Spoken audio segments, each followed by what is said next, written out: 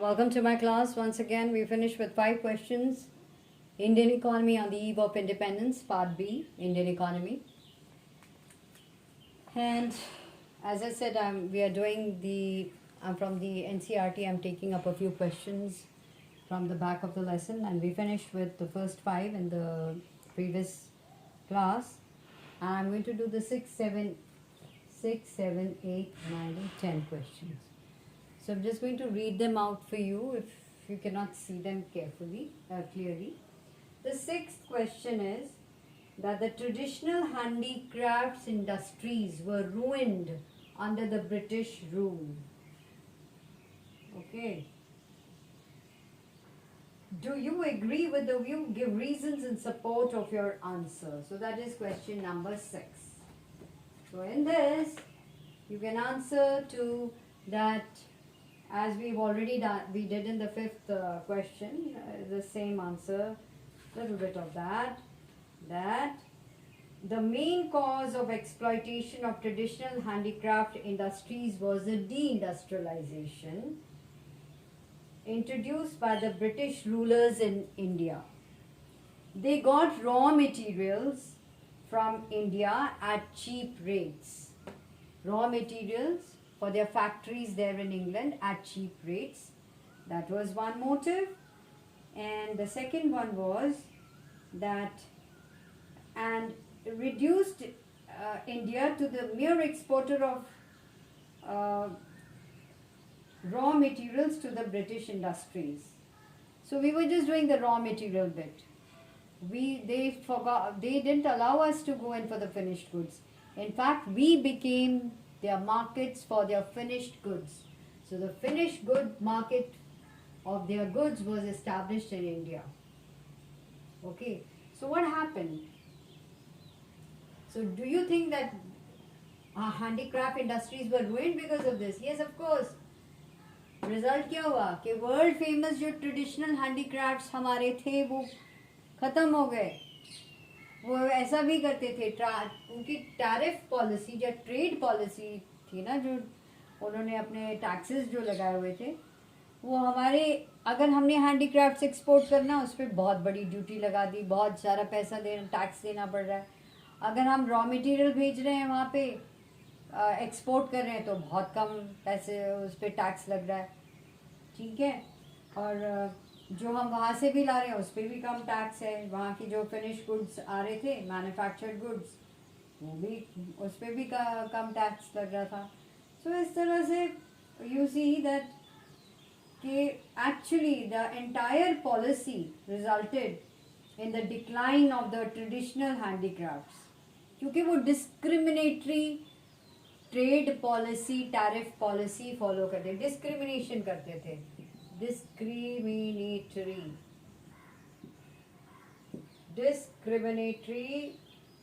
Trade policy इन्होंने follow की. DISCRIMINATORY, discriminatory trade policy इन्होंने फॉलो की थी. So, Indian markets were full of manufactured goods from the British, from England, and they were actually low priced. When compared to the handicrafts, they were low priced. We could not compete with their machine made goods. They had all the advantages of the division of labor and large scale production, which we could not, हम लोग उसके साथ compete नहीं कर पा रहे थे. तो इसलिए क्या हुआ, हमारी traditional handicraft industries were ruined, खत्म हो गई under British rule. Second, next question number 7. What objectives did the British intend to achieve? What objectives did the British intend to achieve? क्या उनका विचार था, क्या अचीव करना चाह रहे थे थ्रू देयर पॉलिसी, अपनी policy of infrastructure. Infrastructure development कर रहे थे इंडिया में. तो इंफ्रास्ट्रक्चर क्या होता है? ऑल द इम्पॉर्टेंट जैसे इकोनॉमिक एंड सोशल जो इंफ्रास्ट्रक्चर होता है, जो कि बेसिक जो चीज़ें चाहिए होती हैं for growth and development of industries, वो क्या करा था? वो कौन सा ऑब्जेक्टिव था? कि जो उन्होंने जो इंफ्रास्ट्रक्चर डेवलप भी किया, क्या उन्होंने क्या सोच के क्या करा था। तो इसमें भी यू कैन राइट, ऐसे लिख सकते हो, the main motives of the British rulers behind development of infrastructure. जो इंफ्रास्ट्रक्चर उन्होंने यहाँ पे डेवलप किया, उनका कुछ मेन मोटिव था। पहला तो था कि अच्छी तरह से कंट्रोल करना है, एडमिनिस्ट्रेशन, वो जैसे अपना जो रूल जो कैसे अपना चला रहे थे, अपना प्रशासन चला रहे थे ओवर एंटायर इंडिया। ठीक है, तो बहुत बड़ी टेरिटरी थी, इंडियन टेरिटरी। सो उन्होंने क्या किया, इम्पोर्टेंट एडमिनिस्ट्रेटिव और मिलिट्री सेंटर्स को ना, अपने जो मिलिट्री उन्होंने जो सेंटर्स बनाए थे, एडमिनिस्ट्रेशन एंड मिलिट्री सेंटर्स को अच्छे से उन्होंने लिंक किया थ्रू रेलवेज के साथ लिंक कर दिया।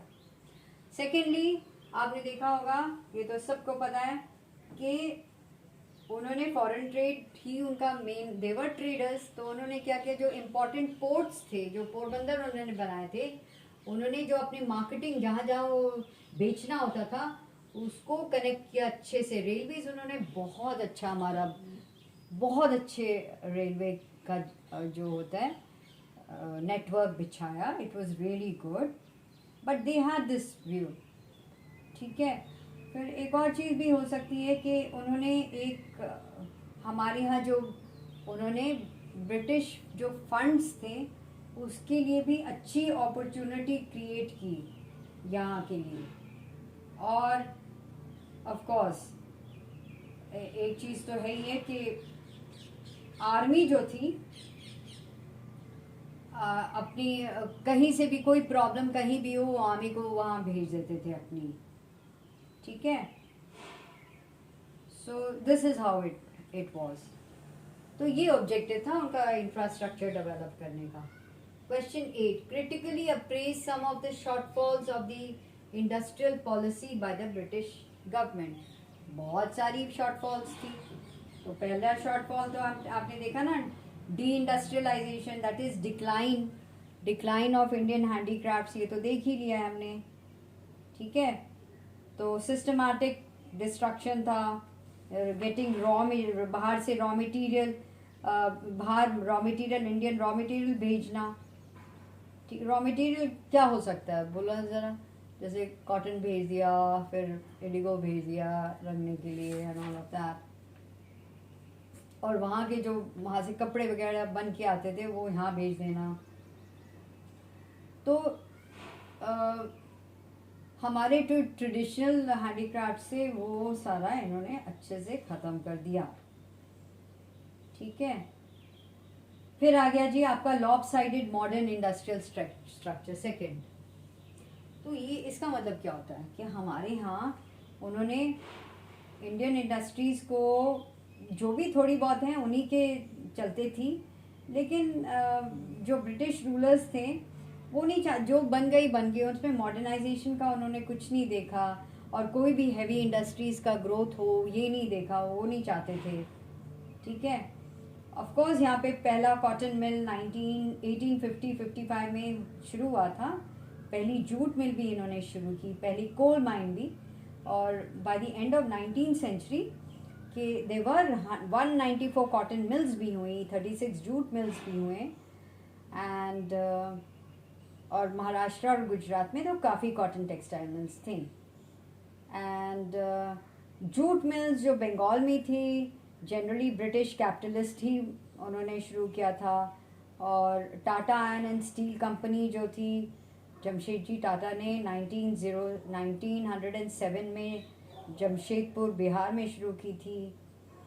ठीक है, और कुछ दूसरी भी इंडस्ट्रीज़ थी जैसे कि सेकेंड वर्ल्ड वॉर के टाइम में देवर अलाउड, जैसे sugar, cement, chemical and paper industries. So they were, ऐसा नहीं था कि मॉडर्न इंडस्ट्रीज नहीं थी, बट देवर लॉपसाइडेड। कोई ये नहीं देखना था कि आगे के लिए बहुत अच्छा हो या ना हो। क्वेश्चन नंबर 9 देखो, what do you understand by the drain of Indian wealth during the colonial period. तो कैसे हमारा ड्रेन कर गया इंडियन वेल्थ? देखो, सबसे इम्पोर्टेंट था कि हमारा सरप्लस था बैलेंस ऑफ ट्रेड में, हमारा सब काफ़ी हम लोग ने हमारे इंडिया में सरप्लस चल रहा था। तो सरप्लस चल रहा था तो फिर प्रॉब्लम क्या हुई? अब क्या था कि दो द ट्रेड में काफ़ी एक्सपोर्ट सरप्लस हमारा हुआ, लेकिन यहाँ उससे हमारा कोई बहुत ज़्यादा गोल्ड एंड सिल्वर हमारे यहाँ नहीं आया, उल्टा हमारे यहाँ से ड्रेन ही हुआ वेल्थ। क्योंकि जो सरप्लस था ना, जो सरप्लस उन्होंने क्या किया, surplus was used to make payments for expenses of British officers, जो यहाँ पे उन्होंने अपनी ऑफिसेस सेटअप किए, या उनकी तनख्वाह, या उनका जो भी था, उनके बंगलोज में everything to be done, surplus was used for that, ताकि वो और अच्छे से हमें मेक पॉलिसीज, अच्छी पॉलिसीज बनाए जिससे उनको फ़ायदा हुआ, हमें नहीं। फिर second, surplus was also used for war fought by the Britishers ने जो लड़ाइयाँ लड़ी उसके लिए सरप्लस भी यूज हुआ वॉर इकोनॉमी में, तो काफ़ी होता है ऐसे, ठीक है।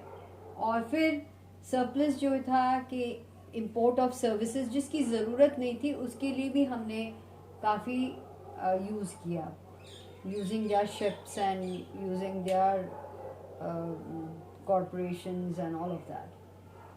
ठीक है। Question 10 है, what is regarded as a defining year to mark the demographic transition from the first stage to the second stage? ठीक है, demographic transition प्रोफाइल क्या था कॉलोनियल पीरियड का? What was that year? अच्छा, डेमोग्राफिक मतलब यहाँ का पॉपुलेशन। वो कहते हैं कि कोई भी जो कंट्री होता है ना, that undergoes change. First stage में दोनों बर्थ रेट और डेथ रेट हाई होता है, ठीक है, दोनों birth rate death rate high होता है फर्स्ट स्टेज में। फर्स्ट स्टेज में क्या होता है, बर्थ रेट और डेथ रेट दोनों हाई होता है, तो पॉपुलेशन जो होता है ना, इट्स इन चेक, ज़्यादा नहीं ग्रो करता है। अब सेकेंड स्टेज में होता है कि बर्थ रेट डेथ रेट नीचे जाना शुरू हो जाता है for because of better thing. तो इससे क्या होता है कि आपका जो है पॉपुलेशन एक्सप्लोजन शुरू हो जाता है, ठीक है। So that is the year of 1921 से, that was the second stage, decisive stage. We went from the first stage, हम लोग फर्स्ट स्टेज से सेकेंड स्टेज में चले, और थर्ड में तो पॉपुलेशन एक्सप्लोजन ही हो जाता है, ठीक है। This is sorry, the second stage is known as a stage of population explosion. So we started, actually we entered that stage during that time, and during 1921, that is the year of the Great Divide, okay. So I hope you, now what you have to do is you must go through this, ये आपने करना है कि